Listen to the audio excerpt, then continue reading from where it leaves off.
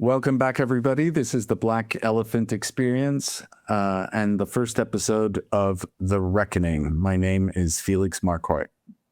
And I'm Sizwe SikaMusi. Good to see you, Brother Sizwe. Good to have a conversation across the Mediterranean. I'm on the good side of the Mediterranean, sort of on the eastern side. And you're in South Africa. I'm really thrilled to have this conversation where we're going to do what we'll hopefully do every week, once a week at the same time. We're going to figure out next time we'll be doing this live. So more on that soon. We'll advertise it properly.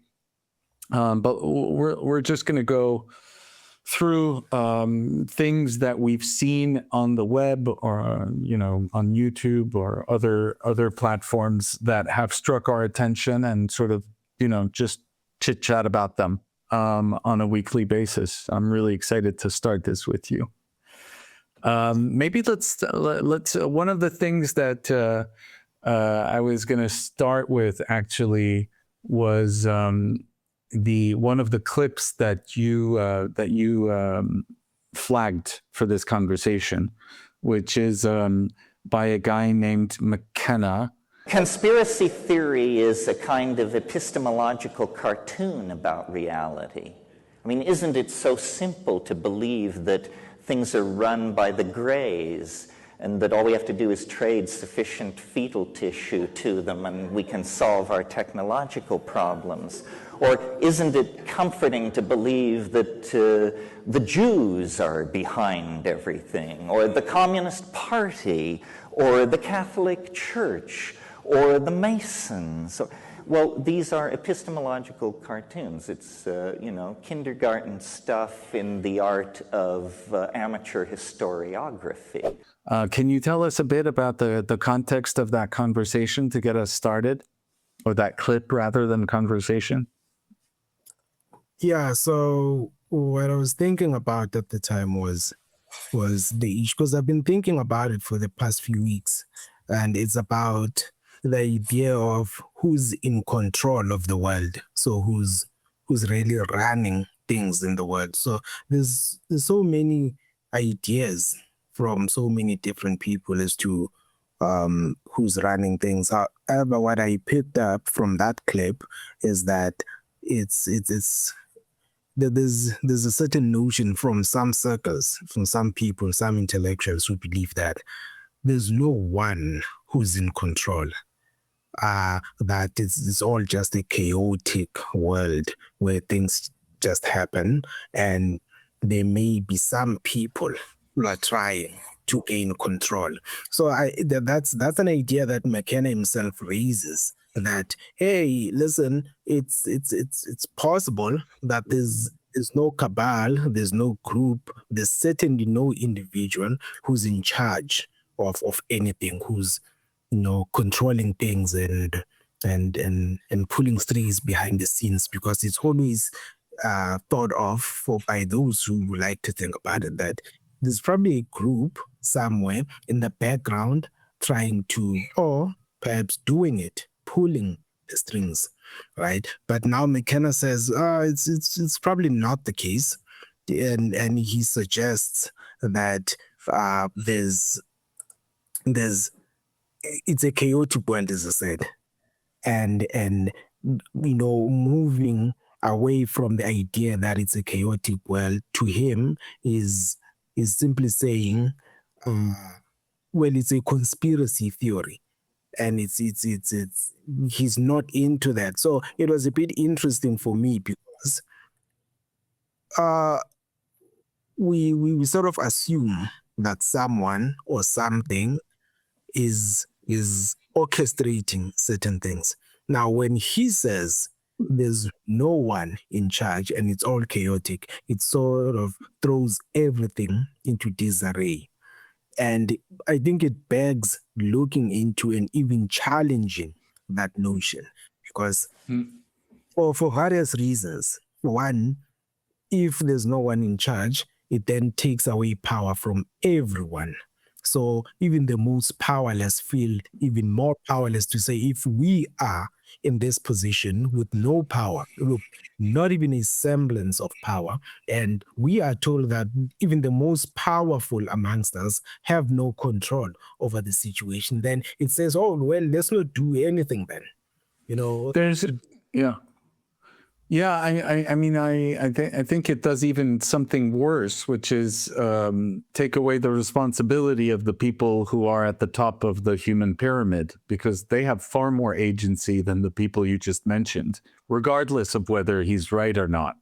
There are people that have far more agency than others, and I find like I was really interested in watching that video because. Or this video, because I feel it was the product of a historical moment that was about 10 years ago, when it was a moment where we sort of, a lot of intellectuals, as you mentioned, were going in this direction. And I think that to be, I think they're right to some extent, in the sense that the people who think they have control have the illusion of control. And there's an element to that effect, which is that indeed, that there is at best, even the people with the most malevolent agenda and the most agency don't have proper control. As for me, as a man of faith, there's only one entity that has genuine control over things, and it's not human. But at the same time, and I think it's really interesting, because it's a conversation that's emerging everywhere right now. Actually, it's coming back, amongst others, between people who are considered, sort of structuralists in general, on the one hand, who feel that, there's these broad trends that explain a lot of how power is distributed and how it functions, and etc. And people who are called conspiracy theorists on the other.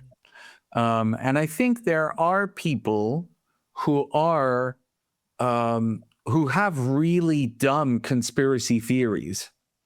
And I think, it's accurate to call them out, when it becomes very simplistic and very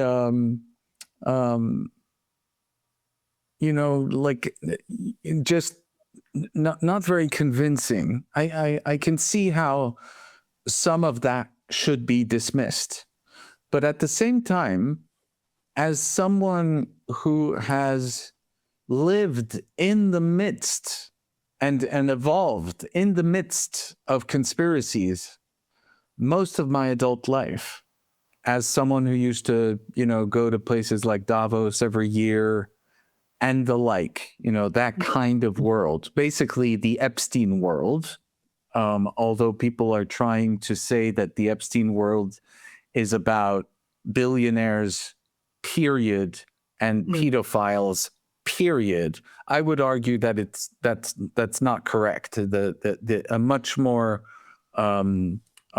meaningful definition of the Epstein class is all the people in media, politics, and business that are circling around the billionaires and the Bill Clintons of this world. They're also part of the Epstein class.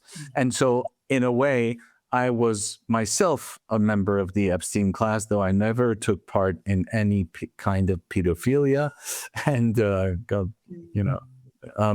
God preserve me, or without ever having really any real money, because basically I was an underling of this class, although I thought that I was more than that. I wasn't.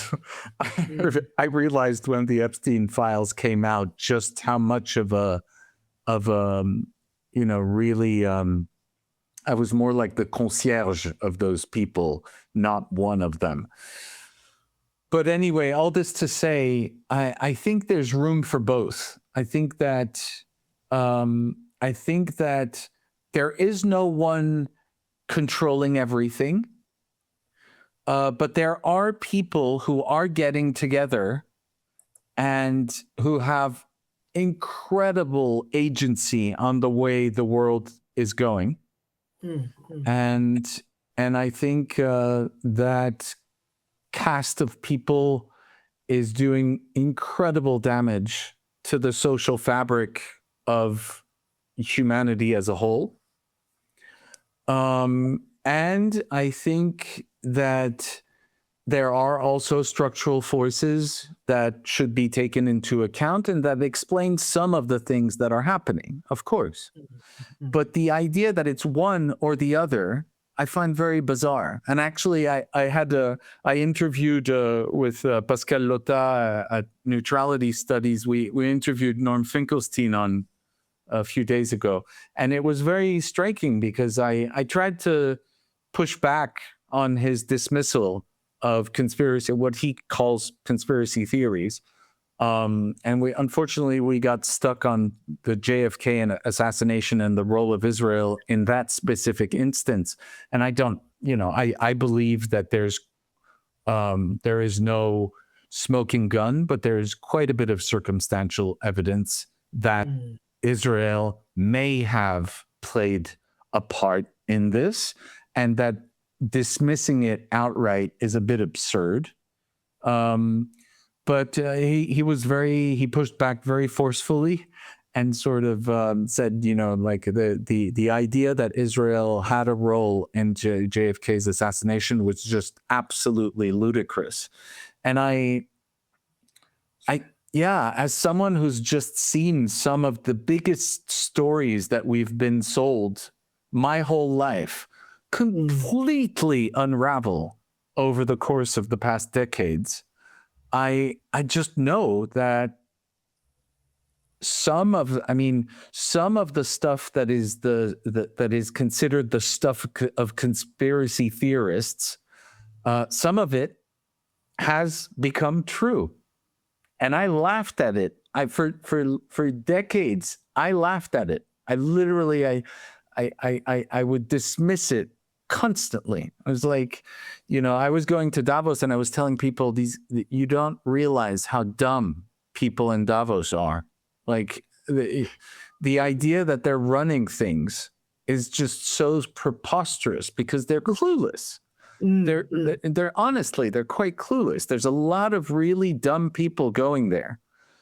And the truth is, I think that there are a lot of dumb people in these controlling circles, but there are also some really very smart people in the mix, and they are using the dumb people around them as useful idiots to control things. So that was my response to this clip. Yeah, you mentioned a word. You use the word agency. I think we often confuse agency with control, but we also confuse access with control. So, for instance, when we speak of people who are in charge, whomever they may be, or institutions perhaps that are in charge, it's people who have access to these institutions who are able to exercise a degree of agency, not necessarily control of anything, but agency. They're able to manufacture an outsized level of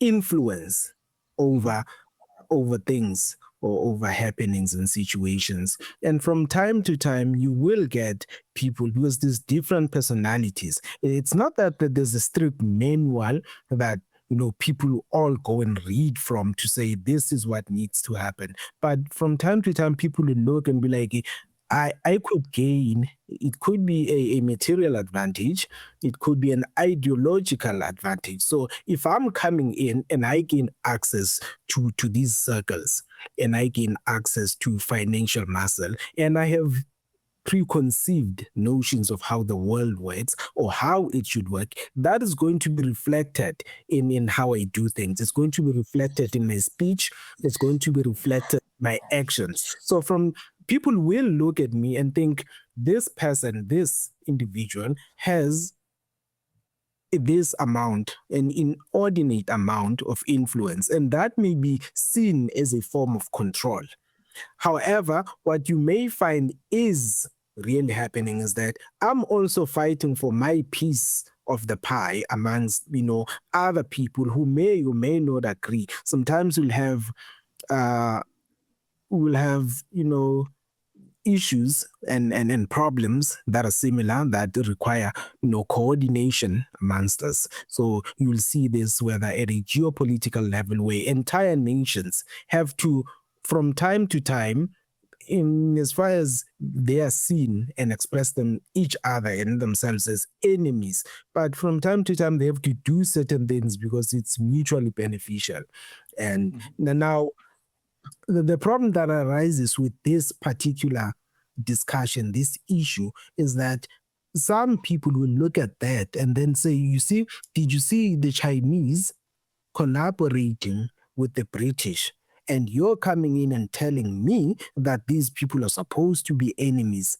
And when you try to do that, and when you do that, to reduce everything to black and white. So if you say these two nations are adversaries, they have to go to war over anything, everything, all the time. And I think that's what takes away the idea of agency from us. We lose our agency. We effectively give it away to those who have access. So they don't have control, but they have access to mechanisms of influence. So in a mechanism of influence could be anything. It could be access to the media. So access to the mainstream media, the legacy media, which is still consumed by a lot of people. It may not have the influence that it once had where, what it said went, but now it still has an inordinate amount of power, which then when someone has access to that, they have a lot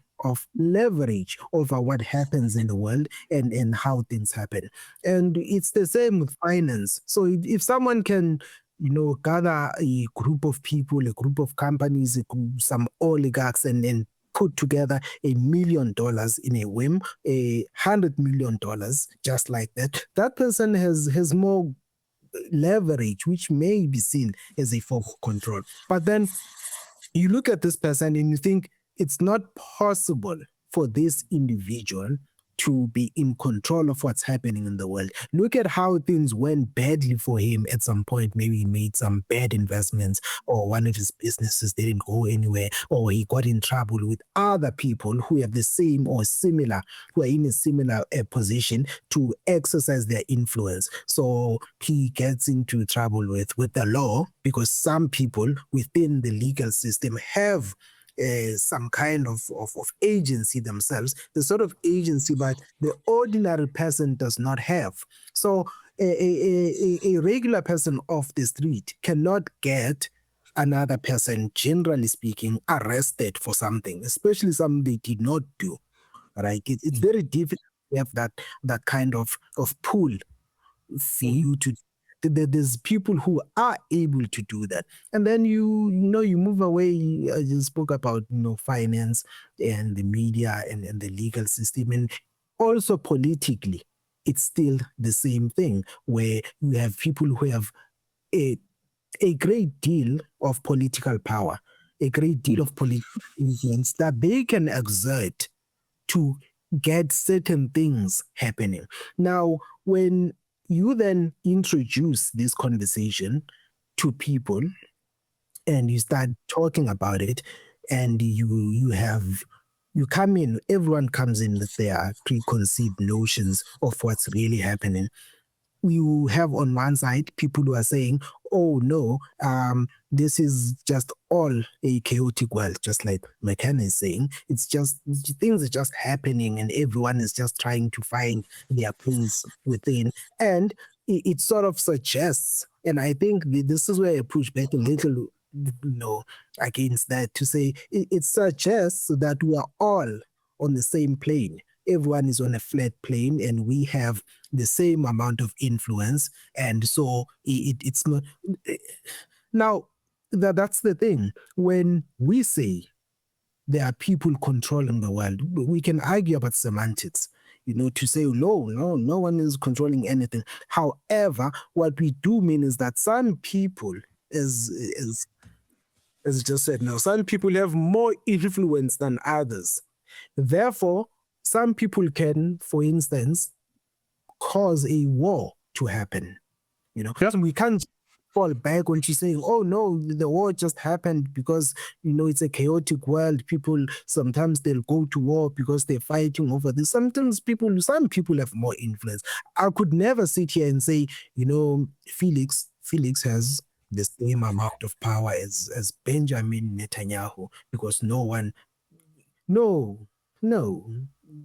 he can cause a war to happen, and he does. We've seen him do that. He can cause an entire massacre. He can cause direct events that lead to very terrible outcomes for very people. So I think for me, it often gets a bit frustrating when the conversation moves into saying, no one is. Yeah, I mean, it's not just frustrating. I think it's really letting some of the most malevolent forces in the world, which are these days often imperial forces, basically the United States, its vassals, which are largely in Europe, but not only in Europe, and its attack dog,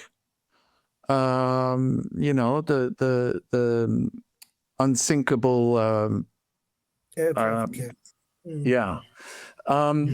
off the hook. It's just not. It feels very. In a way, it feels like a defense, an indirect defense, and I know that it doesn't mean to be that, but it ends up sort of whitewashing some of the crimes that we are seeing happening every day. And I just spent a couple years working on a novel, and one of the I didn't have much research to do because it's largely about it's largely autobiographical, but I wanted to look at very closely the coverage of one newspaper in particular, the New York Times, which has an outsized influence on the way the whole world talks about stuff. It's not just the newspaper of record of the US, because it's sort of the gold standard for the profession everywhere in the world.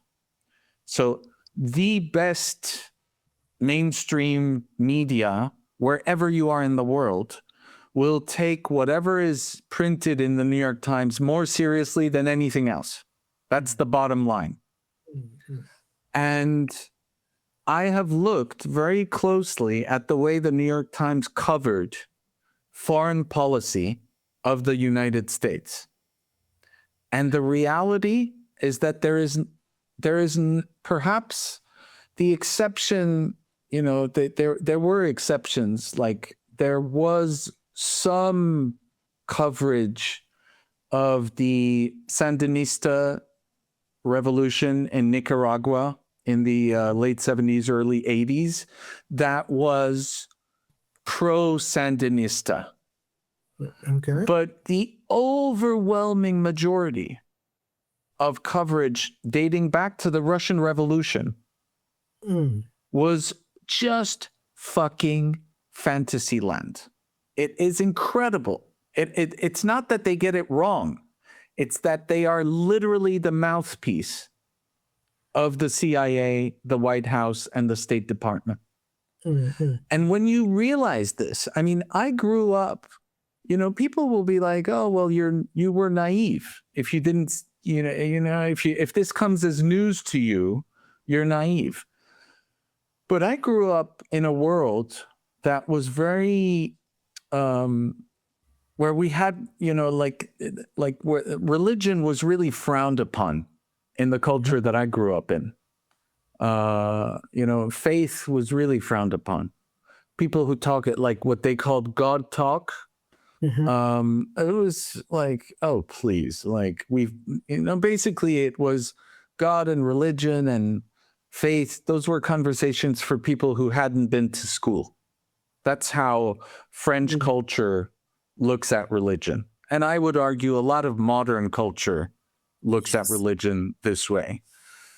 And it took me, 50 years or a bit less, but almost 50 years to understand that we did have a Bible. Our Bible was the New York Times. And, and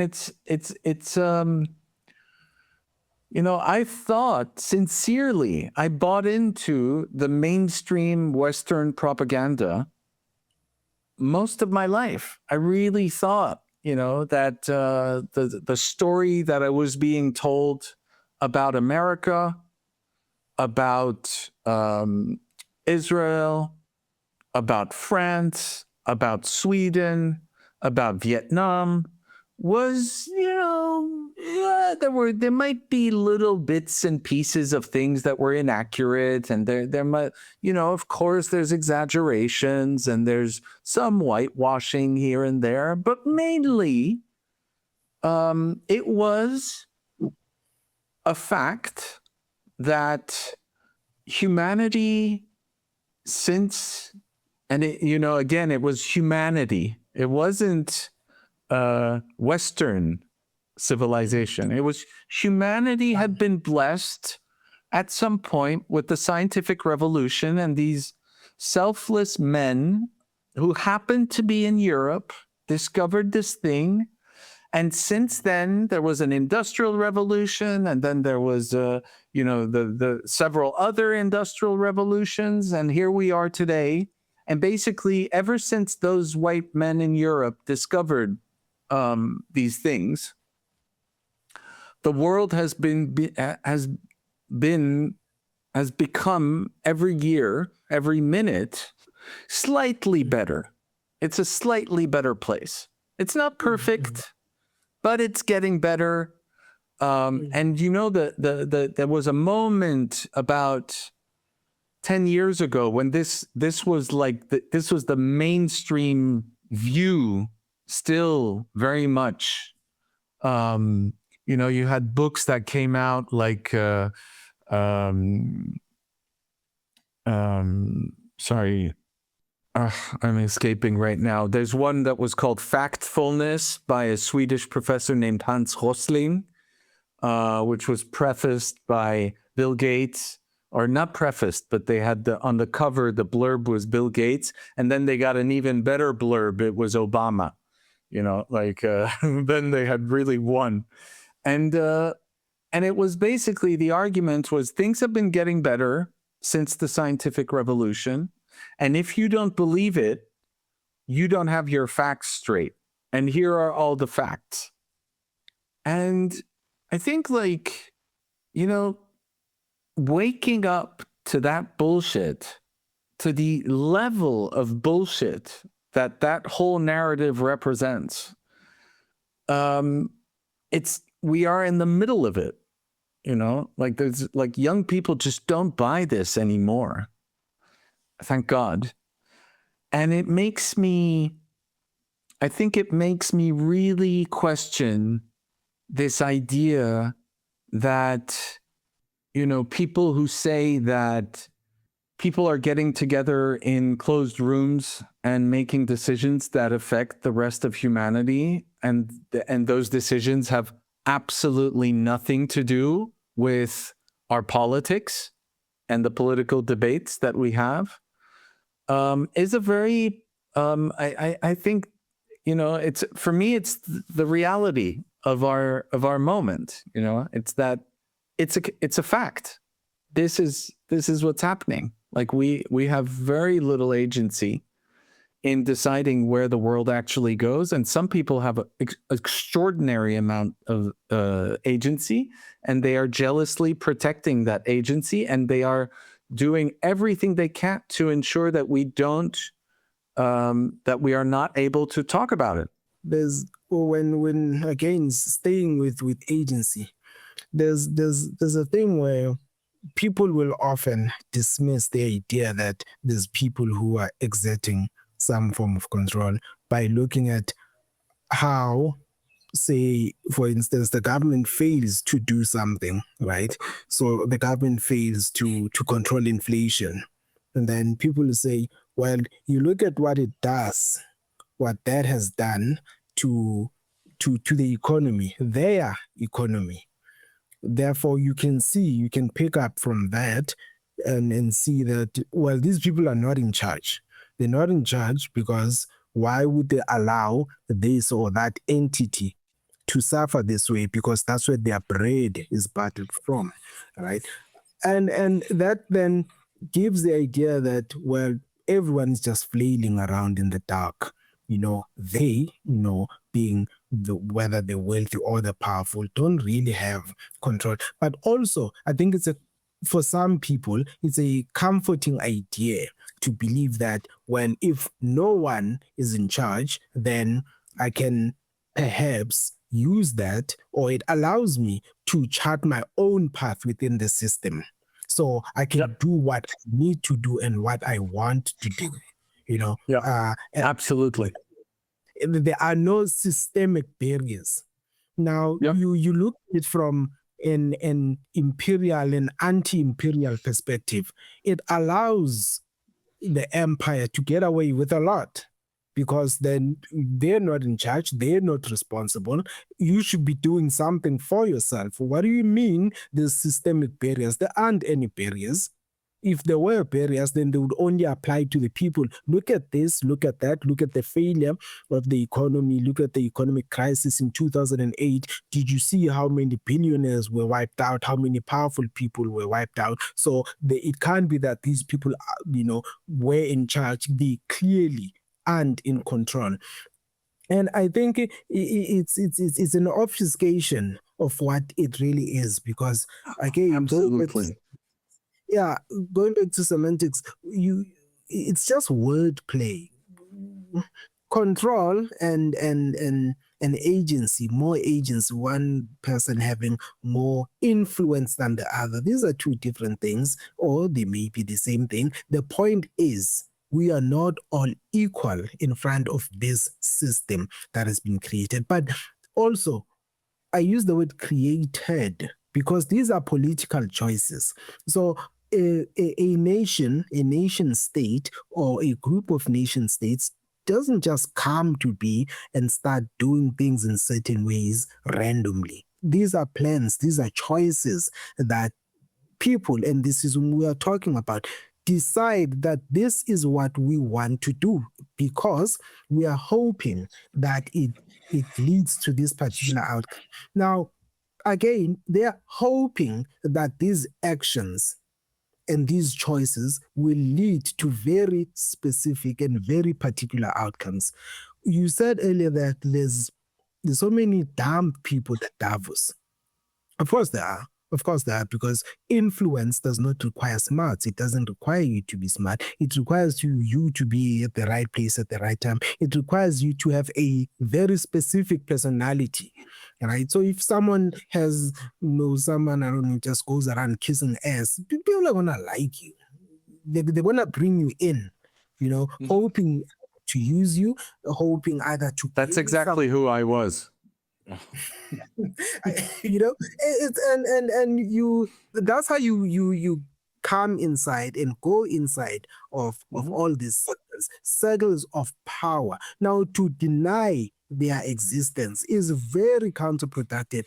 And then it leads to a second conspiracy theory where someone says, those situations where anyone and everyone just becomes a plant, right? Oh no, that one is a plant. No, a person may be misguided. Maybe I don't understand how things work, but say I gain an audience and people start thinking, there must be something. This is probably a CIA plant. He's to he's controlled opposition.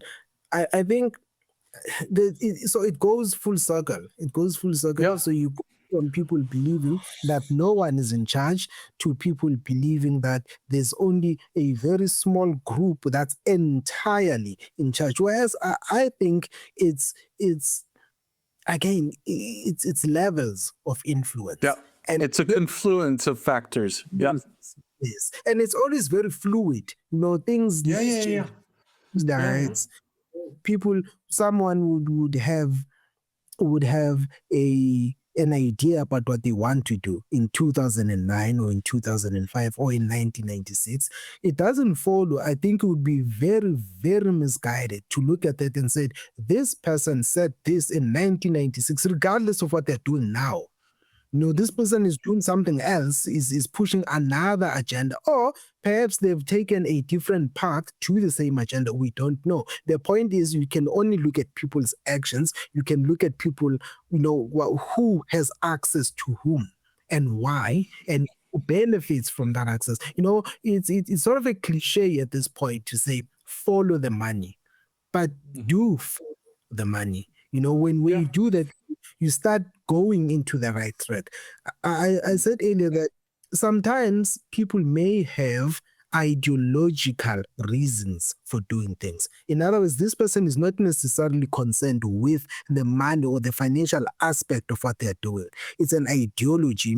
When you have a religious ideologue, it may, of course, it requires money to finance a lot of things. However, there are people who come in with other motivations, and their motivation may be, I hate this group of people and I want to get rid of them. There's no financial motive towards that other than requiring a lot of money to fulfill that goal. So, of course, it does then say you can't always follow the money. You have to read into who benefits and in what way from certain things. There's a growing argument, for instance, about who's controlling whom between the United States and Israel. So on one camp, you have people saying, oh no, this is just empire and Israel is just an outpost of the American empire. And other people are saying, oh no, the tail is wagging the dog. Some are even going further to say, no, actually the tail is the United States itself. The dog is, Israel. Okay, that's fine. Let's look at who benefits from certain events. Yeah. When something happens, when Israel goes and starts bombing southern Lebanon, how does that benefit the United States? You have to be able to point out, to say, oh, no, this is how those actions benefit the United States. Then you can say, oh, no, this is empire doing empire things. And then there's other situations that the United States might get itself into that have nothing to do with benefiting Israel. For instance, when the U.S. antagonizes either Russia and particularly China, there's no benefit to Israel to that, because their benefits are always contained to the region. So when the U.S. does something outside the region, then how can we come out and say, oh no, this is still Israel controlling the United States? So as you said now, there's a confluence of interests. From time to time, the US and Israel will want the same thing. And sometimes one will have more influence on the other. And we've increasingly started getting accustomed to Israel getting its way over the United States, and that it has influence in the US. It doesn't appear to be total control. However, in as far as what Israel wants from the US, it appears they get much or most, or if not all of it, from the United States. They can accept so many concessions from the US. But to then say that is evidence that everything the US does is for Israel and that Israel has total control over the US. Yeah, and as far as the region West Asia, yes, you could make that argument if you substantiate it with things like how does assassinating General Soleimani in 2020 benefit the US? How does it do that? Who benefits from that? And then how does attacking the embassy, the Iranian embassy in Syria, benefit the United States? We clearly doesn't. First step of the war, actually. Yeah. Exactly. Yeah. So I think for me, it goes back to this conversation requires a lot of nuance. A black and white thing. No, I completely I'm with you 100% on this. I find this so there's several things that I think I come to mind when I was listening to you. First of all, the amount of billionaires in the world that actually lost everything during the financial crisis, I'd like to see that list, but I suspect it's not a very long list. So that's number one. So this idea that sort of, look, they don't control because, well, actually, at the end of the day, Obama made sure that the banks did not go down, and a lot of people at the bottom of the American ladder absolutely went down. I mean, the United States as a country has become sort of a parody of democracy, right? I mean, you could argue, and even before, I would be really not, I remain completely unconvinced that it had anything to do with democracy. I personally feel that elections do not serve democracy. I live in a city that understood 2,000 years ago that elections were a very bad way of getting democracy because you would get campaigns, people would pay to get people elected, and you would end up with corrupt leaders. Even if they were not corrupted before the election, they would be bought out during the campaign, and you would end up with corruption. And so in Athens back then, they did sortition rather than elections, i.e., it was essentially like people's names were drawn out of a hat. Now, you could argue that hat was too small because it was only people who had money and citizenship and not foreigners and not obviously not slaves. But there was this idea that you had to, it was chance that was, and I believe that we would be much better served in countries that purport to be democratic by such a system rather than elections.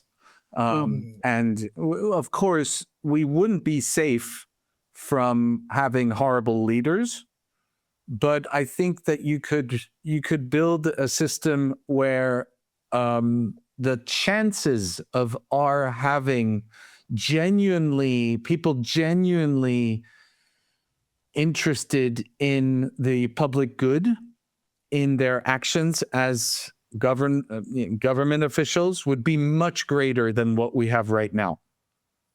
But what I was getting at is in America, after People United, which was that case where essentially corporations and wealthy people in America started having the right to pour as much money as they wanted in political campaigns, which is basically legalized corruption.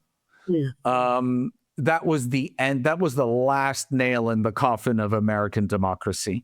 American, and even before then, I think it was already for a long time a plutocracy. But anyway, that ship sailed. America is I think, in terms of politics, the way it functions is a farce, even more than other Western countries, which is to say a lot. That's saying a lot, eh? So but then the other thing I think that comes to mind is I think that we need to look at one of the reasons that you and I are having this conversation is because I think like we also need to leave behind an understanding of the world that is, you have the West, you have the rest, and it's just like you have these two sides. Because of course things are more complex. And in particular, I think that, I was taught this paradigm, which I think is very useful, is to understand that the North has a North and a South, and the South has a North and a South, which means that, i.e., you have common interests between the dominant classes in South Africa, Ethiopia, Bangladesh, Indonesia, Brazil, and Russia, and the dominant classes in America, France, Britain, and Germany. And these two, so the North of the South and the North of the North, they work very closely together. They're extremely cozy. Now, that doesn't mean that there is not a domination relationship, because indeed, of course, the North of the North dictates what the North of the South does, thinks, et cetera, et cetera, et cetera. I mean, that it's not by chance that the North of the South is the most colonized people in the world. It's because the propaganda has been so lapped up by them. They are so, imbued with this propaganda. Their ideals are so much created by the North of the North that indeed they just follow. Anyway, it's like this. It's really like this. And the richest among them buy as much influence as they can in the North of the North. But I think like the time has this historical moment, thanks to Iran. Let's be very clear. I mean, every day as a Muslim, I do du'as for Iran and for its leaders, because what they are doing is absolutely unprecedented. Even the biggest heavyweights of the BRICS did not have the balls to do what Iran is doing right now, to change and sort of bring empire to the realization that the party's over. No one has ever done this. And what they are doing is they are forcing a realization everywhere that the South of the South and the South of the North are aligned, actually, which is something I think that on both sides we tend to forget. Like the interests of the masses in the West and the interests of the masses everywhere else are aligned. And I think, for many years, one of the big problems is that, I make a difference between when you talk about, I should credit the person whose writing has really taught me all this. Is a Brazilian scholar named Vanessa Andreotti. And her pen name is Vanessa Machado de Oliveira. And so she talks about this idea of north and south of north and north and south of south. She also talks about low intensity struggles versus high intensity struggles. So obviously, people who are marching to fight the extension of retirement age or the pushing back of retirement age to a later time in France, say, are in low intensity struggle. They're marching they don't risk their lives to go march. When you're marching in Bahrain, basically you risk being arrested by the police and tortured, it's a very different equation. When you're, when I go and march for Palestine here in Athens, it's a very different equation than if I am fighting the Israeli army in southern Lebanon, right? Those are two completely different things. And I think that what this moment needs to teach us is that the people in low intensity struggle need to recognize and accept that the lead has to be taken by the people in high intensity struggles. We cannot purport to sort of dictate the terms of engagement. We have to recognize that the people who are being shot at should be the ones who lead us. Yeah. So that's sort of like, I think, where this is what Iran is teaching us all right now. When you talk about who should be taking the lead, and in what's essentially an anti-imperial fight, I think there's a need for people in the imperial core to understand that they are indeed in the imperial core.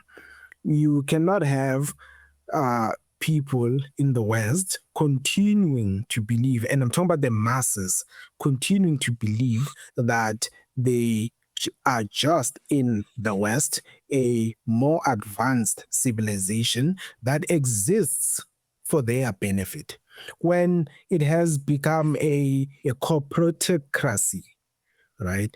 Where it's the corporations that are running things, and whatever it is that the masses need and want has to be run through the sieve of the corporations to say, okay, fine, the people want this, or they feel that they want this, but does it align with what the corporations want and what the oligarchs within these corporations want for themselves? But furthermore, there's these foreign interests. You see, us in the South know to a certain degree who the foreigners are. And by the foreigners, I mean foreign interests, powerful capital, foreign capital, because we see it, we know all about it. So we see that there's these investors coming in, and they're coming to our country, and some people like that sort of thing, and some people don't understand what this is, and some people absolutely loathe it, right? So you have this situation where, because of this misunderstanding, or at least a lack of understanding, the people in the West don't see the world in those terms. They don't see that they themselves are subjects of empire. So they are not citizens of the empire. And you look at how, you start in the United States, because you just made a point that the United States is even more so undemocratic than the rest of the West. And you look at the US itself and the things that are being done to the people there. I just saw something just before I came on here about some laws being changed in the US for workers, and someone tweeted, we're going to one day tell people about when having a job was a good thing, or something to that effect. It's because of what they're doing to workers. With the long shut down the unions, now they are coming in and saying you don't have rights, as a member of the working class now. So everyone has become part of the working class. There's no more necessarily a middle class. So even the professional class now is just the regular working class. So you don't necessarily have any rights. Someone posted another thing saying, I think it was a job listing, and they were asking that it's supposedly she works 8 hours a day, and they were saying, will you be open to coming in 4 hours or staying 4 hours before your starting time, or staying on for about 4 hours after your agreed time of work. And people are coming in and saying, it doesn't look like this is overtime. It doesn't look like it's paid. So instead of saying you're going to be working here for 12 hours, you're going to be working 12-hour shifts, they're saying, no, are you open to doing this? So this is exploitation. This is outright exploitation, and it's happening in the West. So the people in the West will be thinking, oh no, this sort of thing is the sort of thing that happens in Africa. All right. It's the sort of thing that happens in maybe Asia, maybe India, or another quote unquote third world region. It's happening in the West, in the imperial core itself. So it goes back to what you're saying, that people in the West firstly have to understand that they are a part of a struggle against the corporations, and they are the masses. Now, whether this is human nature or not is very difficult, because the us and them mentality always kicks in, and those in charge, whether they're in control or not, it's fine, but those who have influence are able to come up and say, hey, listen, I hear that you're complaining, and you are here in the West, and we have some issues, of course, but you're so much better than they are over there. I mean, look at them. Look at them in Africa. So you don't necessarily have anything in common with them.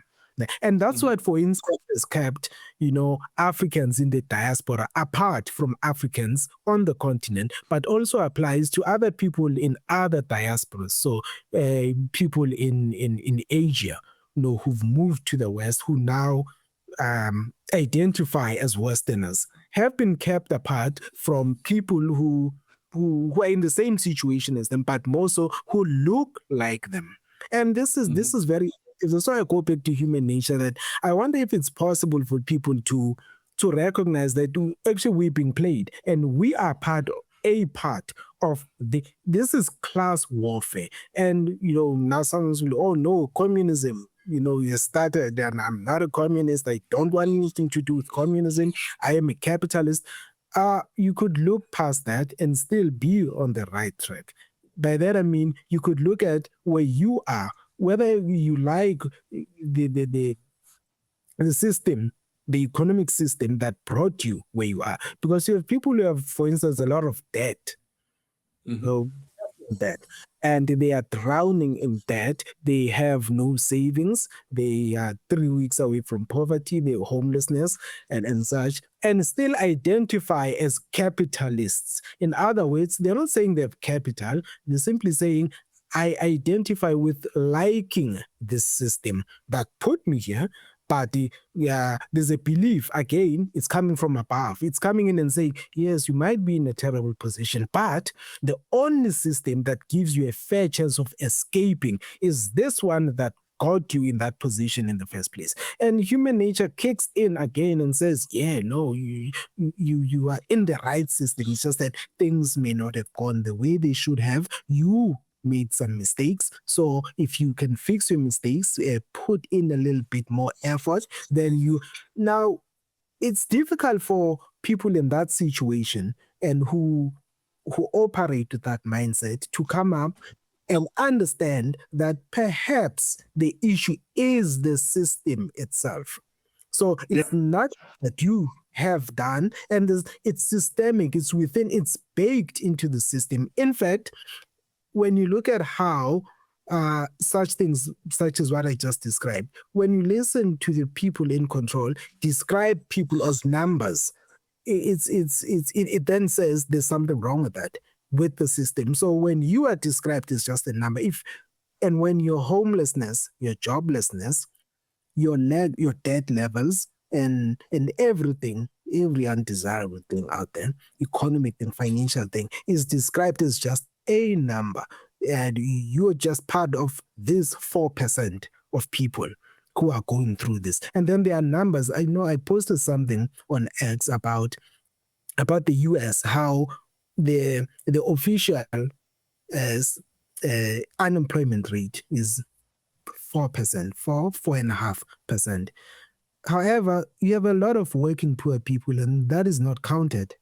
It's not counted as part of as far as I know, as part of the official statistics. In other words, people who cannot simultaneously at least afford housing, food, and healthcare, or well, also education. So often people That's half the population. half the population. Now you could go up to those people and say, listen, there's 100 million of you in this terrible situation, this third world situation, by the way.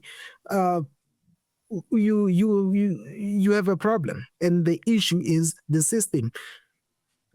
How far are we? Maybe I should ask you, Felix, how far are we, because you the word, how far are we from people finally or even suddenly getting the message to say the issue is class? It is, we can find other languages to describe it, but the issue is class. I am part of this class. I may be a part of this race, this ethnicity, this geography, but as far as class is concerned, I am a part of this particular class. How far do you think we are from at least a critical mass of people gaining that kind of understanding? I want to insert here a video of Clara Mattei appearing on, I think it was Channel 4 News. I think the empowering element of the conversation is that capitalism is not spontaneous and it has been around for very little time. Only 0.1% of the time Homo sapiens has been on the planet have we been under industrial capitalism. And in this little time, we've managed to destroy, as we know, our ecology and many people around us. Do you mean just post the Industrial Revolution, basically? Yes. And now I'm just going to continue. That'll be for the montage. But basically, Marxism is making a comeback very clearly, I think. And it's not, there's some countries where there's so much work. The word has been so emptied of its substance. It's been caricatured so much. It's been, there's been attacks within empire and outside empire of Marxism. There's a quite significant critique within amongst sort of Black activism of Marxism. So it's a complex subject, and I am no expert. But what I can say is that we are in the midst of, I think, a quite broad realization, and it's a generational phenomenon, that information needs to be divorced from power if it wants to claim the title of information. Mm-hmm. And so that's why mainstream media, legacy media, so-called, are becoming so emptied of their use in our societies, or the purported use that they had, right? Because indeed, as someone who was a PR guy at the margin of these media institutions, I worked not very long, but I worked for a few years for the New York Times Company, and I spent decades in touch with the most influential media in the world. And what I can say is all of them were not speaking truth to power. They were power. So that's the rule. So I think that we're at a historic moment, because more and more people, I mean, you can see generationally, young people don't know who to trust, but one thing that they absolutely don't trust is legacy media, and less so, even in places where they are massaged with, bullshit new media. There's now, I mean, if you look at the Democratic Party in the US, it's been very good at inventing new media that look like they are speaking truth to power, but that are actually still selling they're still whitewashing the democratic establishment bullshit. I'll give you an example. Netanyahu is the problem, not Israel. That's a typical of this kind of. So anyway, so we're seeing this realization that real news has to be divorced from power. Has to be independent. So we need that kind of news.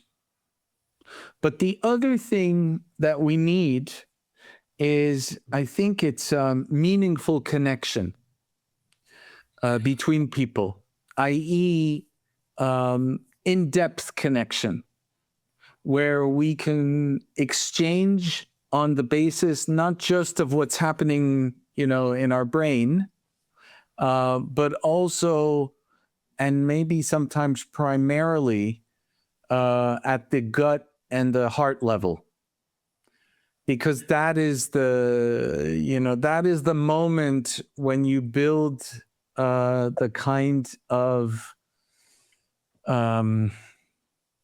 intimacy with people that allows you to build things together with them.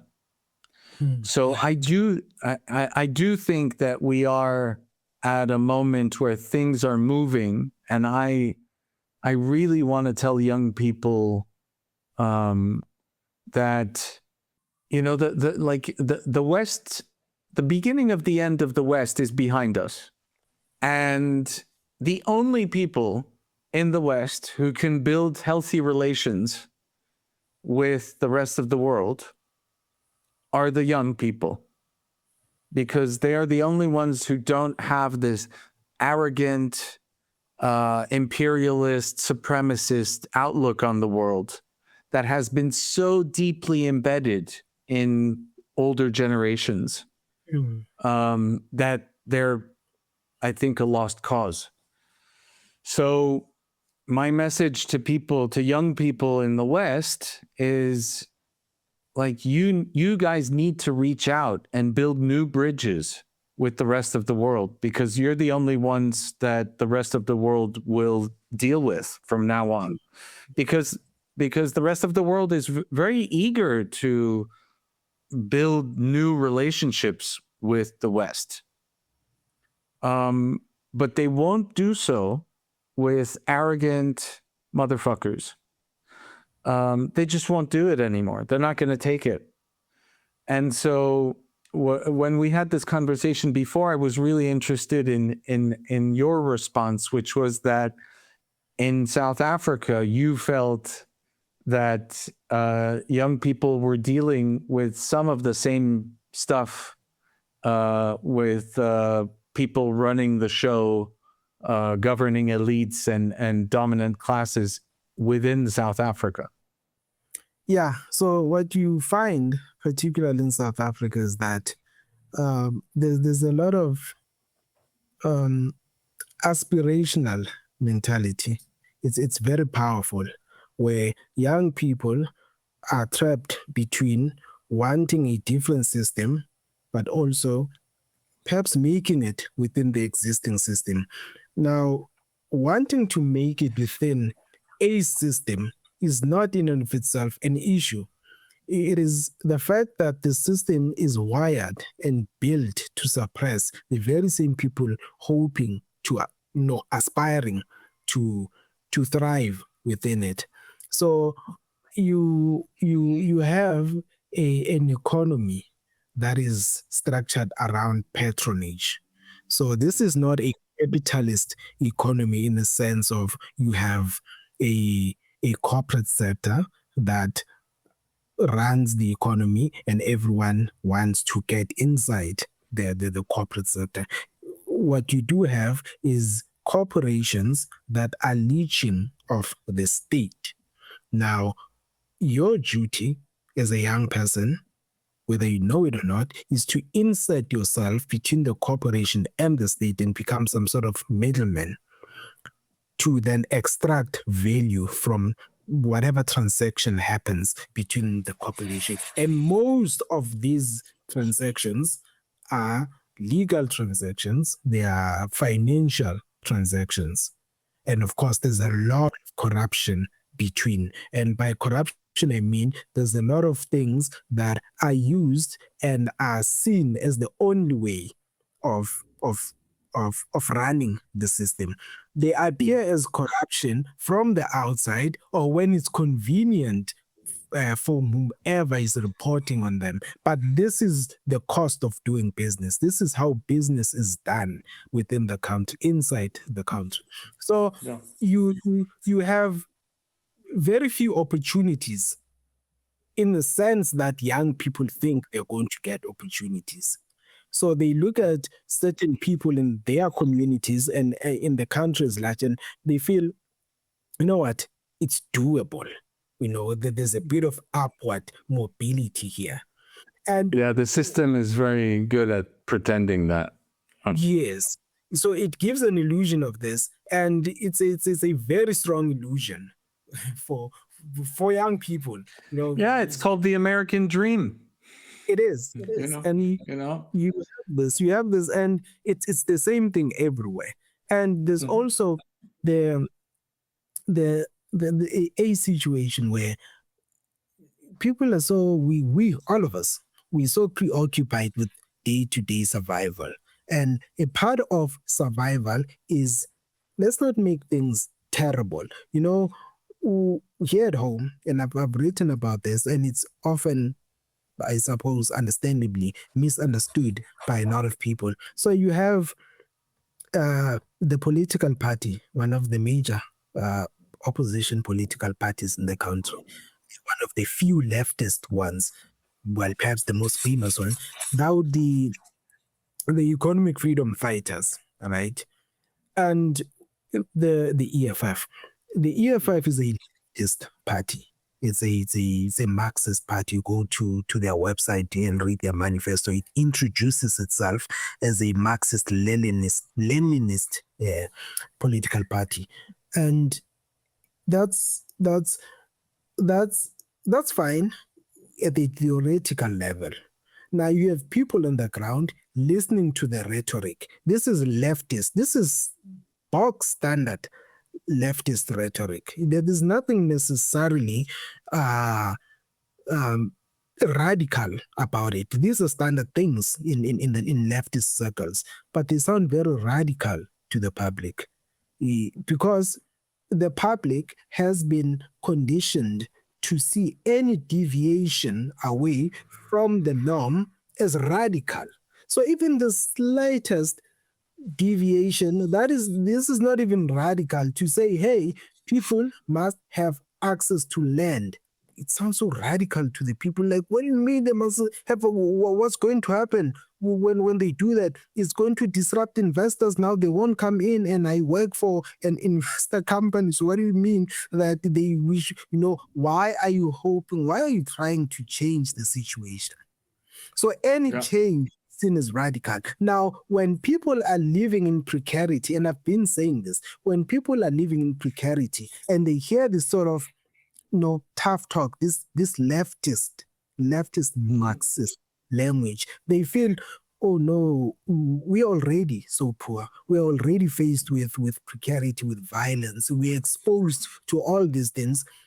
If you come and the people in charge are saying, hey, listen, you can follow these teachings, you can follow this ideology, but just know that it's going to have a destabilizing effect on your economy. They call it your economy for some reason.